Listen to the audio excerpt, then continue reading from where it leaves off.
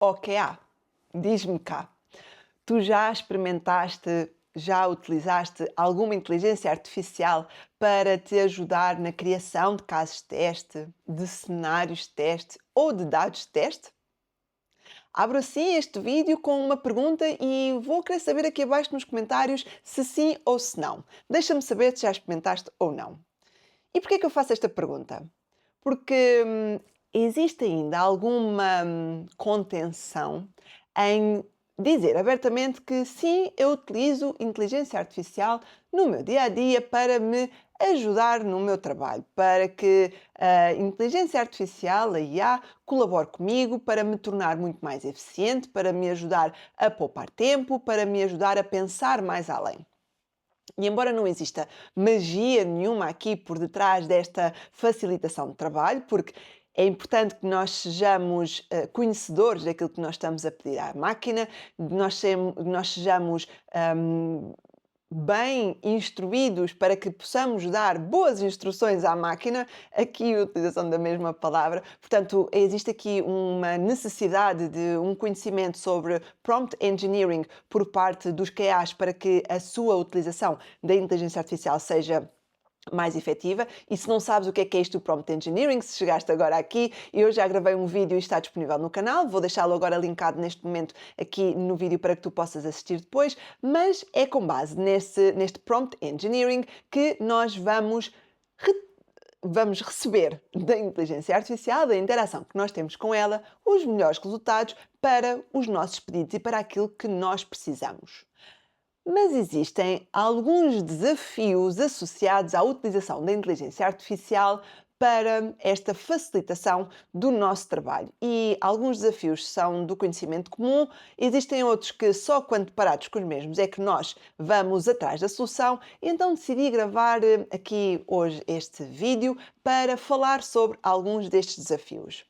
Mas se nós não nos conhecemos ainda, eu sou a Patrícia Duarte Mateus, a QA portuguesa, criadora de um projeto com exatamente o mesmo nome, que está disponível no YouTube, no Spotify e no Instagram. Se não me acompanhas em nenhuma destas plataformas, aproveita e, se quer seja agora, podes pôr o vídeo em pausa ou ir depois à procura. No Instagram, Spotify e no YouTube, acompanha-me pelas plataformas que eu semanalmente partilho informação sobre a área de teste e qualidade de software, pois tenho como objetivo desmistificar, facilitar e espalhar a palavra sobre o que é isto de trabalhar na área de teste e qualidade de software e sobre esta área que tantas dúvidas causa para quem não tem conhecimento, mas que é tão bonita de trabalhar. Ou talvez seja eu que esteja a ser aqui, esteja eu aqui a ser, a puxar a brasa à minha sardinha, porque trabalho na mesma há mais de uma década e gosto muito. Deixa-me saber, já agora, há quantos anos é que tu trabalhas na área de teste e qualidade de software? Aproveita, comenta aqui também abaixo no vídeo. Então, mas indo direto aqui ao que me traz este vídeo sobre os desafios na criação de casos de teste com recurso à inteligência artificial. Eu tenho aqui abaixo uma colinha porque eu não consigo lembrar-me tudo e estive aqui a fazer algum estudo e alguma pesquisa, e então se me vires olhar para baixo é porque estou a ver aqui as minhas notas, porque a memória também, eu não sou uma inteligência artificial, portanto preciso aqui de alguma ajuda neste pensamento.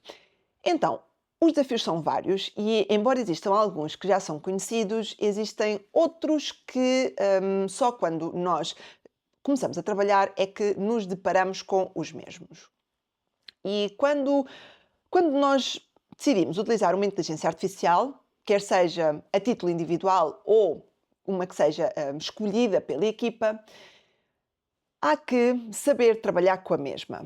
E embora não exista uma inteligência artificial que seja mais ou menos indicada para os QAs, ao contrário do que acontece com os programadores, a nossa mais-valia na mesma depende das instruções que nós lhe damos, destes prompts que nós criamos.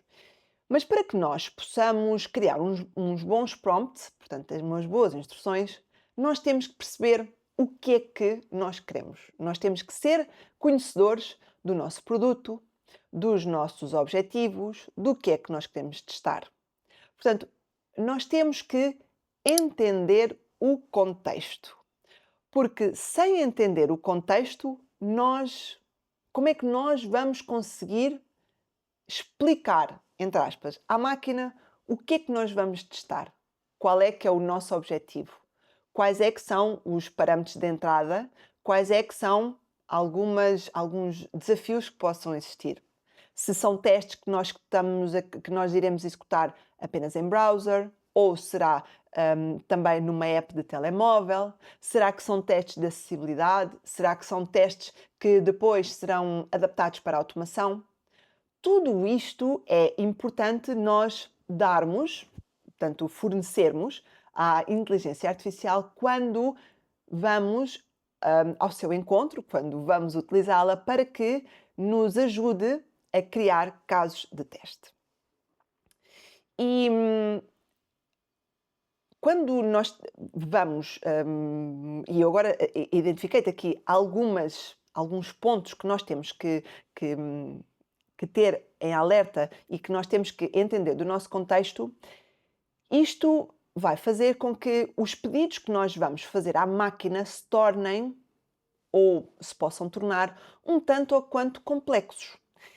E nós temos que saber gerir a complexidade, porque de nada me serve eu dizer à máquina que quero um prompt, que quero lhe dar uma instrução gigante, se depois e eu já te expliquei isto, com o modelo probabilístico que a máquina tem para o seu funcionamento, vai ter tanta informação que pode acabar por se perder, por alucinar e não responder ao que tu pediste e não te dar os dados de acordo com aquilo que tu estavas à espera.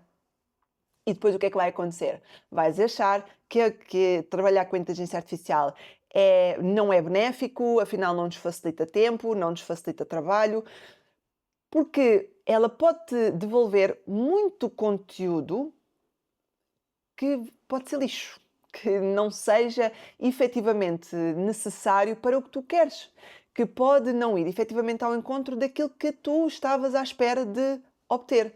Criaste um prompt bonitinho, uma instrução bonitinha, tens tudo parametrizado. Mas depois no final a máquina, ao ler aquilo, ao interpretar aquilo, desviou o seu conhecimento e entregou-te qualquer coisa completamente fora do contexto. Portanto, há que saber gerir a complexidade, quer seja do nosso lado para a instrução que nós estamos a dar à máquina, como também de retorno, porque podemos dar uma coisa simples, uma instrução até bastante clara e simples, mas a máquina decidir o que nós achamos que talvez 15, 20 testes a máquina nos possa devolver, afinal ela decide devolver-nos 60 testes e nós vamos ter que ter muito mais trabalho a ler, a interpretar, a refinar, a analisar os resultados que nos está a dar.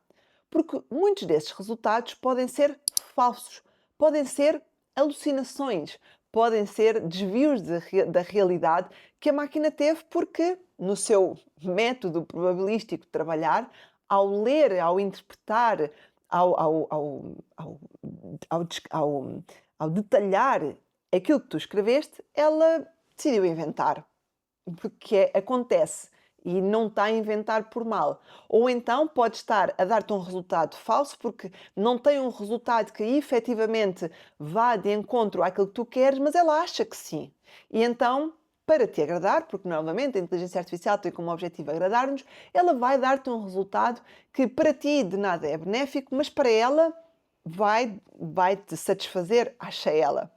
E depois aqui com estas interações nós vamos começar a explicar que não, atenção, não é isso que nós queremos, mas isto é uma outra conversa à parte. Portanto, já temos aqui 3 pontos. Não só temos que entender o contexto, como gerir a complexidade, quer seja da nossa parte para com a máquina e vice-versa, e também como resultado disto, os resultados falsos que podem advir desta interação e que muitas vezes acontece que frustram quem está a trabalhar com a máquina porque não percebeu de que forma é que poderia interagir melhor com a inteligência artificial. Ela vai começar a dar resultados que vão fora aquilo que está expectado e depois vamos achar que afinal isto não me ajuda, só me dificulta, afinal a inteligência artificial não está preparada, afinal uma série de coisas que não é propriamente assim, porque a máquina devolve-nos aquilo que nós lhe pedimos. Portanto, imagina, se tu vais a uma caixa multibanco e tu pedes uma determinada ação, tu estás à espera que ela vá de encontro àquela ação.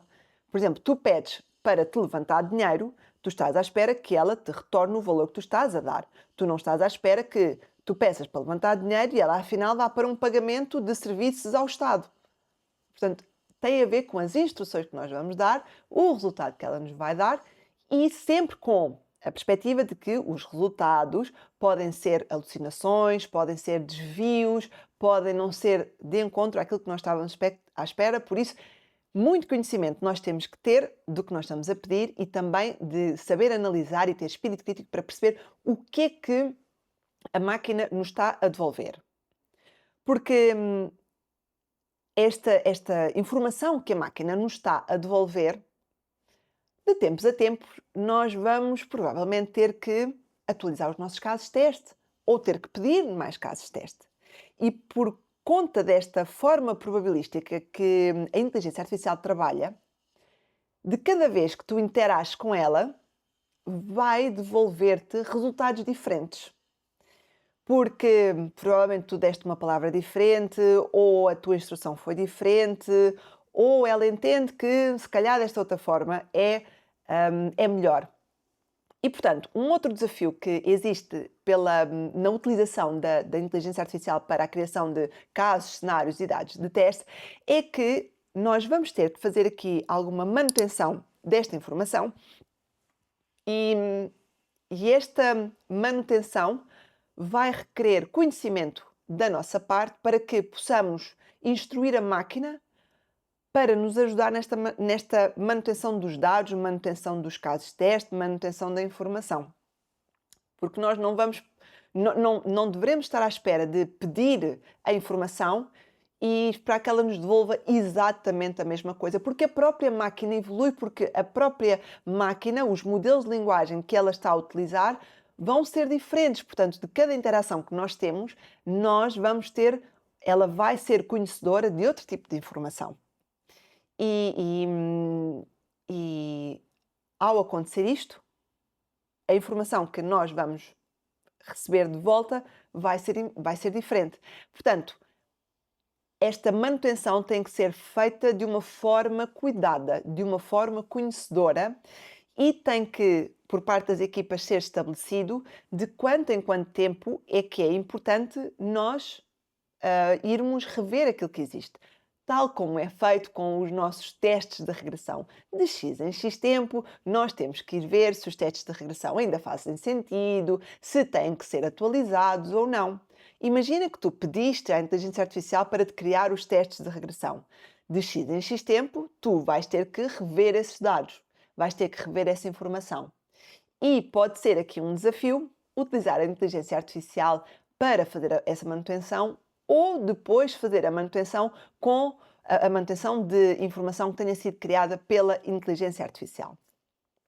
Portanto, tudo isto, e já são vários os pontos que eu te enumerei, tudo isto cai aqui no ponto de o QA tem que ser conhecedor, tu tens que ter informação do produto, de que tipos de testes é que podem ser feitos, quais são os ambientes onde tu vais testar, que tipos de testes é que tu precisas de fazer, que tipos de dados e cenários é que tu precisas para os testes que tu vais fazer, de quanto em quanto tempo é que tu vais ter que atualizar esses dados. Portanto, é requerido um conhecimento bastante amplo do QA para que possa tirar maior valor desta interação. E muitas vezes, por falta de conhecimento, existem QAs que não existe, e atenção, eu não estou a apontar dedos, eu estou só a dar alertas. Existem QAs que, por desconhecimento da máquina que têm do outro lado, caem no erro por desconhecimento ou por falta de informação por parte da empresa ou porque decidem começar por sua própria conta e risco e nada de mal com isso, começar a utilizar a inteligência artificial e começam aqui a partilhar alguns dados com a máquina, que não era suposto darem, porque podem ser dados de produto, dados internos, podem ser coisas que a própria empresa tem que são dados internos e que não são supostos ser partilhados, ou podem, por exemplo, partilhar dados dos utilizadores que têm porque lhes é mais fácil de explicar à máquina que retorno é que querem. Ou então pode dar-se o caso de nós estamos a partilhar informação com a máquina e ela vai aprender com a nossa informação. Portanto, nós também, cada interação e cada instrução que nós estamos a dar à máquina, vamos estar a ensinar. É mais fonte de conhecimento que ela tem. Aqueles modelos de linguagem que a baseiam vão ganhar mais conhecimento com base nas nossas interações. E, portanto, a segurança daquilo que nós estamos a desenvolver pode ser posta em causa. A segurança dos dados que nós temos pode ser posta em causa. Ou até os testes que a máquina nos está a indicar fazer podem colocar em causa a segurança dos nossos produtos, quer sejam físicos, quer sejam digitais. Portanto, novamente, é importante tu teres conhecimento aqui de testes de segurança, do que é que são, o que é a segurança, de como é que tu podes promover e de como é que tu podes assegurar a segurança dos teus produtos e do teu trabalho. Portanto, a inteligência artificial é muito boa, sim, mas nós temos que saber trabalhar com ela. Estes são alguns dos desafios, até à data de hoje, já identificados por quem trabalha de forma assídua, de forma recorrente, com as inteligências artificiais para criação de dados, criação de cenários ou criação de casos de teste. Tu conheces ou já te deparaste com mais algum desafio que eu possa não ter identificado aqui?